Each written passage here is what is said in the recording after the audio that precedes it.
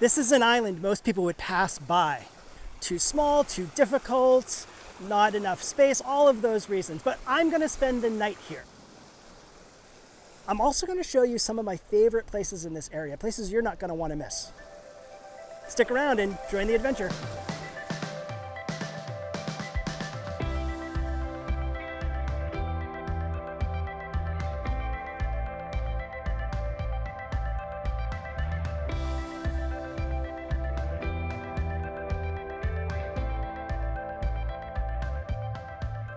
I'm on Eastern Bay in Beals, Maine today, and my goal is to camp on a tiny island. There's a collection of islands up and down the coast that are part of the Maine Island Trail Association that are an acre or less. And these tiny islands are not usually destination islands for me. They're islands that I paddle past and look at and think, what must it be like to camp on that island? But today we're flipping the script. We are going to camp on one of those islands, Little Water Island here in Eastern Bay. Today I want to look at what we really need when we go camping. I think we can often look for the perfect camping spot, and I've been to many of those, and I have some favorites that offer great views or great protection or really comfortable camping. But more often we find these spots that are less than ideal. They're not typically destinations because they don't offer a lot of camping comforts. There's not a lot of space. The landings are pretty tricky. There's not a lot of protection. So they really are in some instances, last chance or worst case scenario islands. I've been in Eastern Bay before on the channel exploring Mistake Island and Moose Peak Lighthouse. We'll get a couple of glimpses of the lighthouse today. The island that we'll be camping on, Little Water, is actually pretty close to that spot. But if you want to go check out that lighthouse and get on Mistake Island with me, I'll leave a link to that somewhere here for you to go check out. I'm going to take the opportunity today to explore Head Harbor. This is a lovely secluded harbor between Head Harbor Island and Steel Harbor Island that offers just some quiet. The open ocean isn't far away. In fact, we'll get to that at the south side of Head Harbor.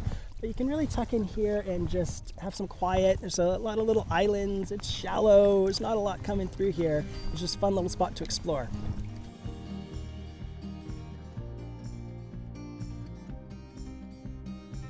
At the southern point of this harbor is Man Island, and I don't know, I've got a thing for tall islands that are covered in grass. Rocky islands covered in grass. I don't know what it is. I think they're absolutely beautiful and stunning and raw, and we've got one here. We'll check it out. I won't leave you hanging on that island. We're gonna head to that right now.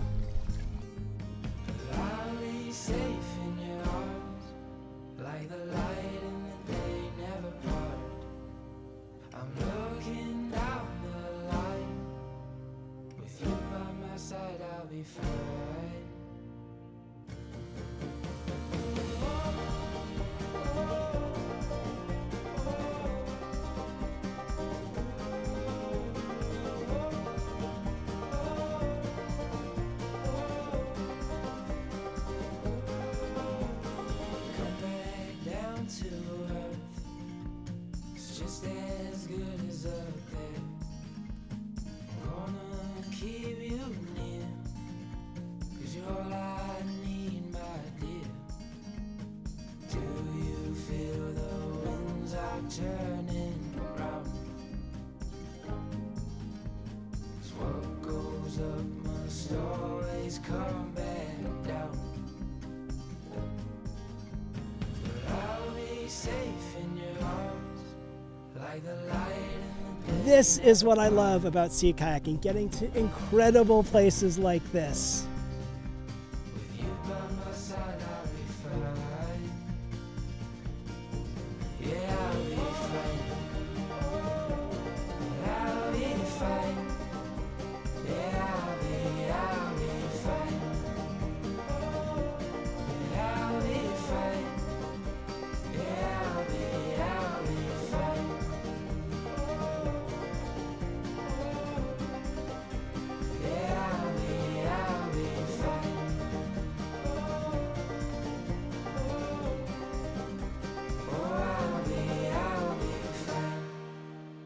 Man Island, check. Glad I was able to take you here. Got to call the paramedic. Had a mild incident on the beach that involved my elbow and a couple barnacles. It was a slow motion slide off some seaweed onto my elbow and onto some barnacles. So I cleaned it up, did the best I could to stick it back together with a bandage and some Leukotape, and I'll clean it up a little bit more when I get to camp. But where are my nurse kayaking friends when I need them? The water has been absolutely chock full of these grape-sized iridescent blobs with two tails hanging off of them. Some sort of jelly. I need to look it up. I'm not sure what they are. Don't know if those are happy tails or stingy tails.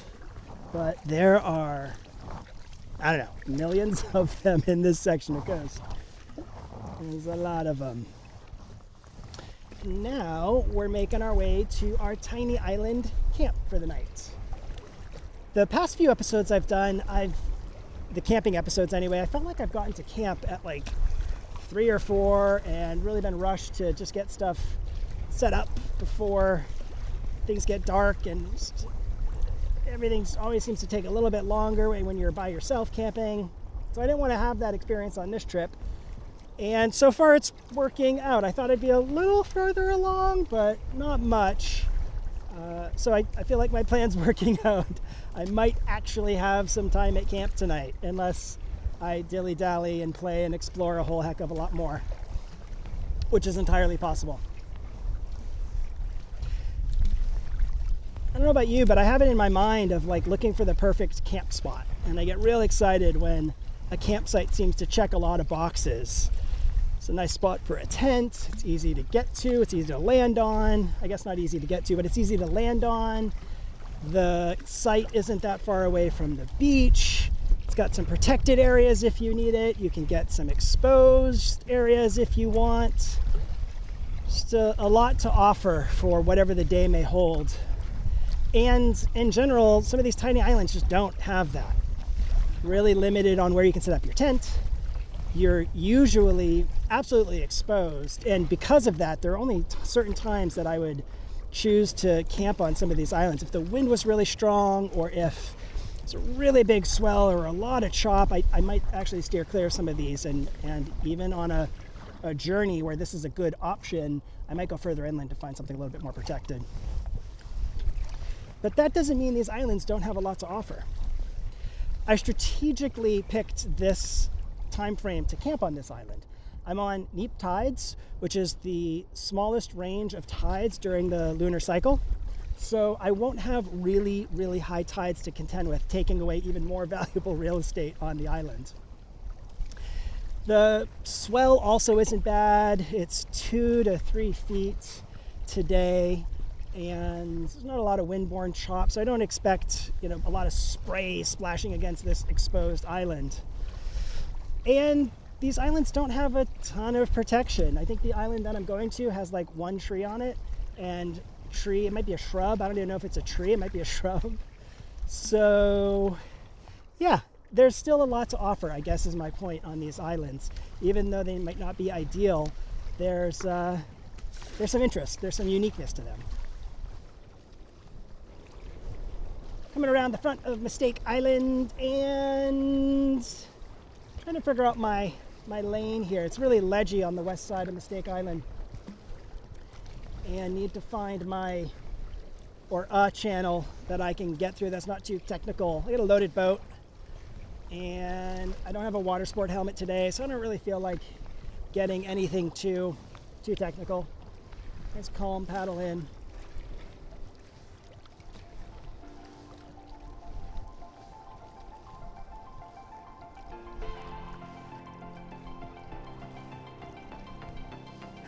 And while I said I didn't want to find anything too technical, I do want to go look at these breaking waves here. Oh, can't get enough. Can't get enough.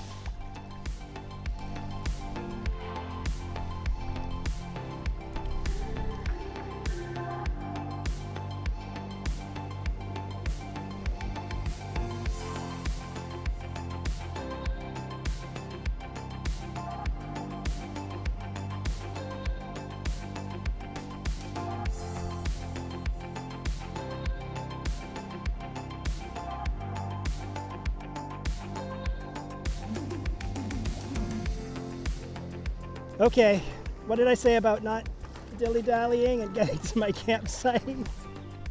It's on the way. It's no big deal. It's on the way. When else am I going to be here and see this? Maybe in a week or two.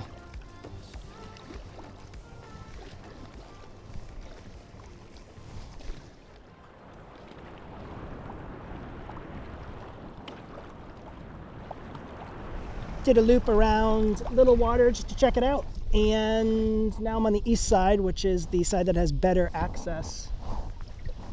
Not really expecting anything great, honestly. I think it's gonna be pretty challenging. And it even says at low tide, it's even harder. So we're at low tide. Let's see if we can find a reasonable spot to land and get stuff up.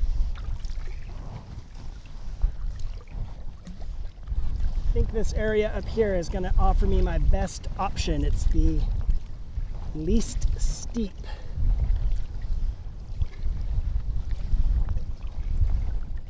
Where was that? Here we go.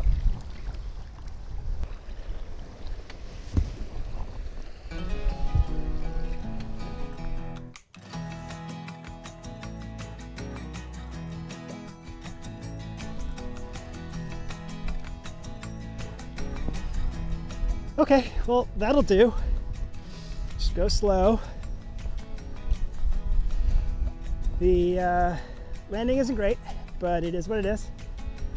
I think I'll be leaving tomorrow at high tide, so that's gonna be a lot easier. Is that true?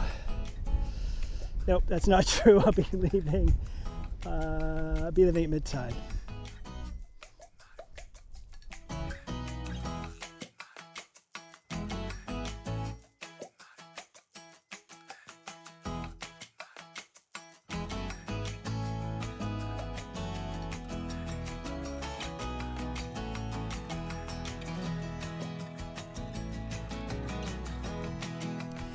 Had a nice relaxed time getting camp set up.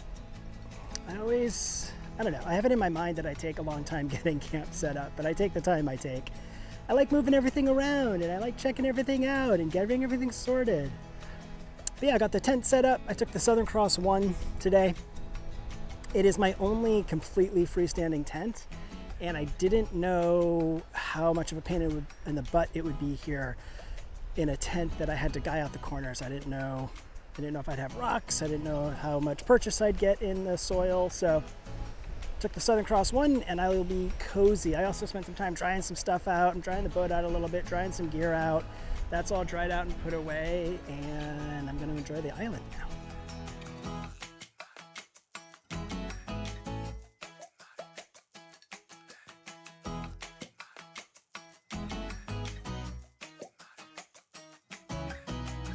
Nice big ledge here on the south side of the island, and I'm gonna sleep great because the sound of that water lapping against the rocks, beautiful.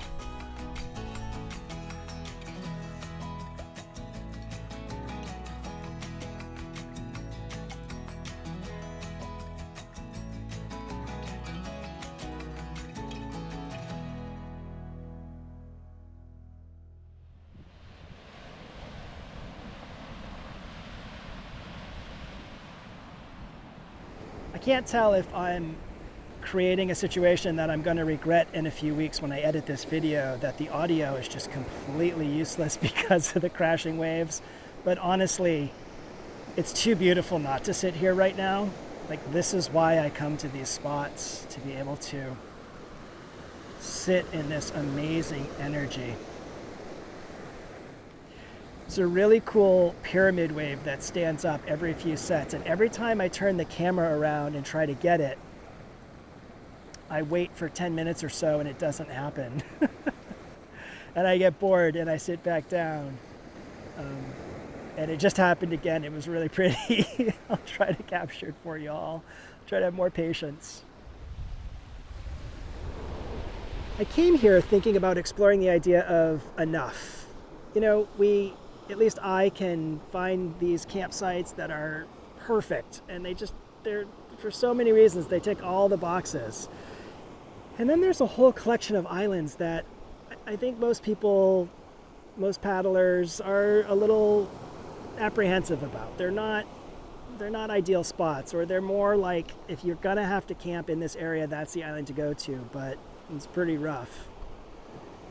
And I wanted to explore those islands. I wanted to check out what they were. Now, this island is actually a pretty nice camping spot once you can get on it. Getting on the island's difficult.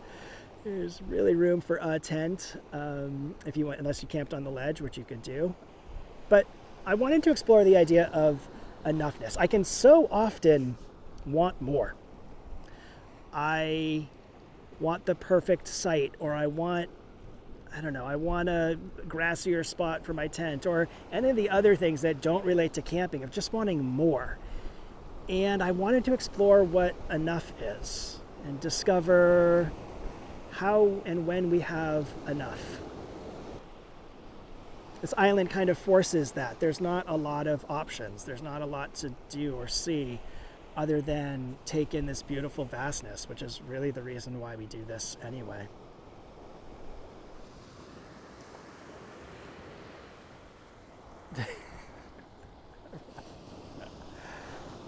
I rushed to try to get the pyramid wave, and I didn't press record. So this set's over.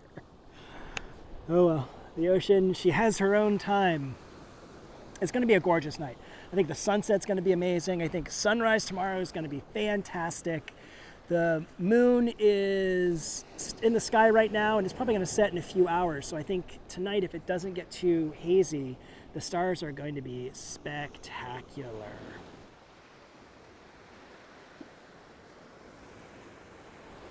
My patience paid off. I got a pretty good set for the pyramid wave. Definitely not the biggest set I've seen, but nothing to be too upset about.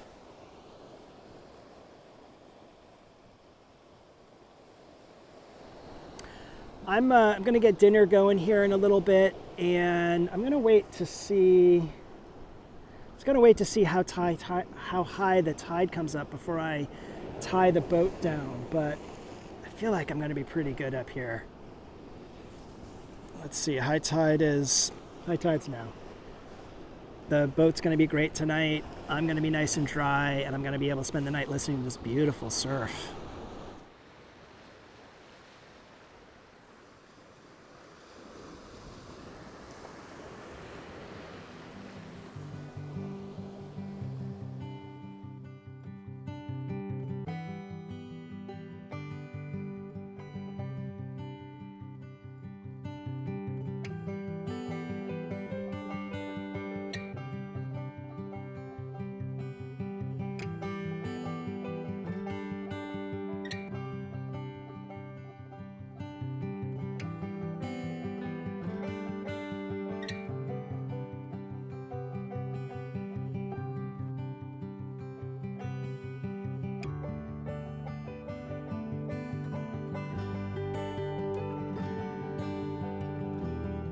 Enjoying the last little bits of sun here. Got cold, put the puffy jacket on. I made myself a cup of herbal tea. I lit the candle lantern and just enjoying the remainder of this day. Sorry, the ocean had my attention. There's a big swell coming in right now, and it's gorgeous. Really got a sense that today that this little island was holding me. It has everything I need. Just feeling that enoughness. It was a really fun day. I love this area so much. It's got so much to offer, and it's so unique. I'm really grateful that this side of the island feels as raw as it does. I think I was hoping I'd find that and wasn't quite sure, and it didn't disappoint. This is a great spot. But again, most people would paddle past it and wouldn't stop here. And yeah, I don't know how much you need, right? How much do you really need? I sat on the ledge the whole day. I needed a ledge in the ocean.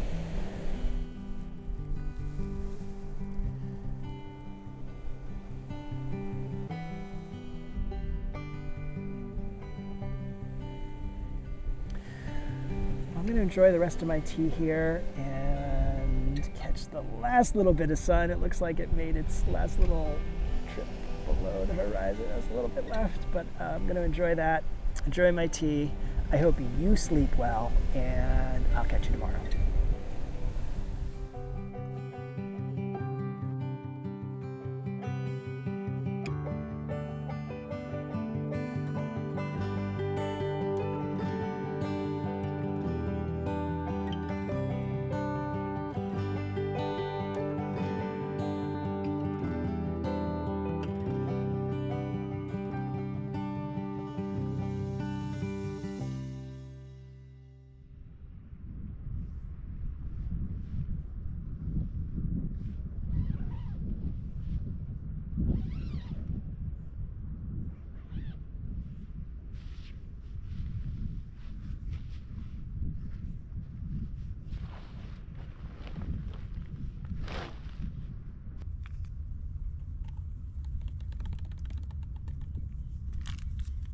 I was all talk yesterday when I was like, I'm going to get up and do a time lapse of the stars. And that didn't happen. I fell asleep pretty early. I crashed pretty early. And when I did wake up, I was just way too cozy to get out of the tent. So sorry, you didn't see it. And then, as is my way, not being a morning person, you also didn't get a sunrise shot. It's going to be few and far between on this channel, friends. I was up pretty early with the lobster boats, even before the sun came up. And I was guessing it was probably like 4:30. The lobster boats were heading out to sea through the channel here, and they were loud and bright. They had all their lights on and motoring through.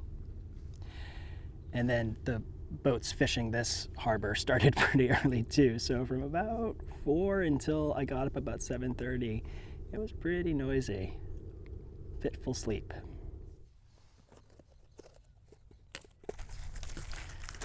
I'm filling out the logbook, and between 2024 and 2025, there's only one entry. Not that everybody who camps on the islands fills out the logbooks, but usually there's a half dozen or 10 entries on some of these logbooks. Goes to show you, even without people filling out the logbook, it goes to show you this island isn't used very much. And it's a shame. It's beautiful. Plan now is to get organized and get packed up and then slowly get everything to the water. Kind of just enjoying the day though. I'm feeling slow. Although earlier, it was interesting. Earlier, before I made breakfast, the water was so calm and I felt like this weird rush to okay, get packed up and gotta go. But eating breakfast and drinking my coffee just sort of helped slow things down and let me take it in.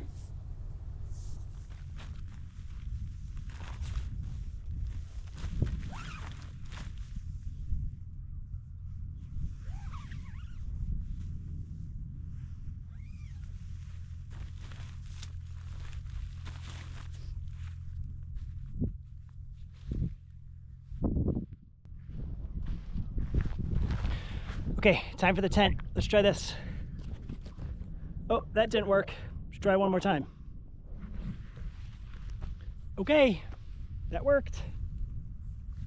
Easy peasy.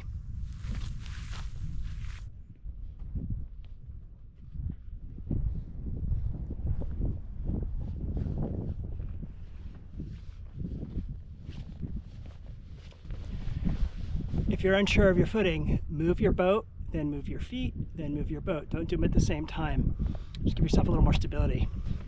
This slopey rockweed's also pretty forgiving, so it's pretty easy to slide the boat down as I was shuffling my feet.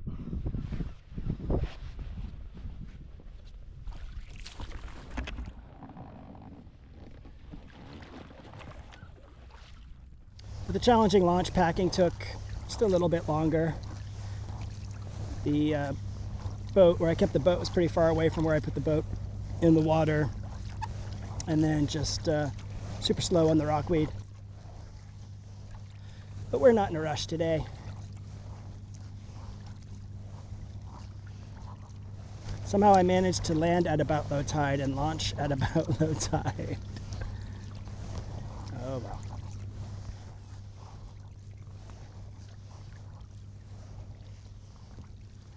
So the plan is to make a relatively straight line back to Beals. It's a collection of islands here in the middle of Eastern Bay that I'm just going to continue to island hop.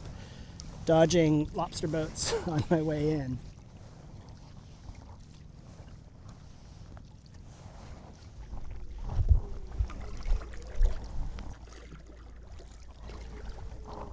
There's a very loud seal on the ledge. Hey buddy, don't burn my takes. I know. Little Water Island surprised me way more than I expected. It kind of blew me away, actually. What a fantastic spot. So easy to dismiss and think that on paper it's not that great of a spot. It doesn't seem like it's going to offer much of what we need. But that would be a fantastic spot, not only for a day trip like we did, but for a multi-day trip. If you're coming up the coast and you happen to be on the south side of Great Wasp Island and continuing on, that is a fantastic spot. I thought this episode was going to be about enough, thinking we wanted more and realizing we had enough. And it definitely was about that. As sea kayakers, we don't need much. We need a spot to keep our boat so it doesn't float away at night. We need a spot to put our tent up. We need a relatively safe landing and maybe a spot to cook dinner. And that island had all of that and more. But this episode, I don't think actually was about enough. It was about not dismissing something, not creating a judgment and thinking, that's not going to work, or that's just going to be a miserable small island. Why would I want to go there? I really put my thought of that island, I really turned it around. I'm looking at it from a completely different perspective now and realize that's actually an amazing spot to camp. I'd love to know your favorite tiny islands, either along the Maine coast or wherever you paddle. Put those in the comments. If you want to see more of these tiny island episodes, let me know. I've got some ideas of other spots to check out, and if this interests you, let me know, and I'll definitely do that. All right, friends, well, I'm going to make a straight line here back to our launch, and we're going to wrap this one up. I hope you enjoy your adventures, whatever they are, and until next time, safe paddling. Bye, everybody.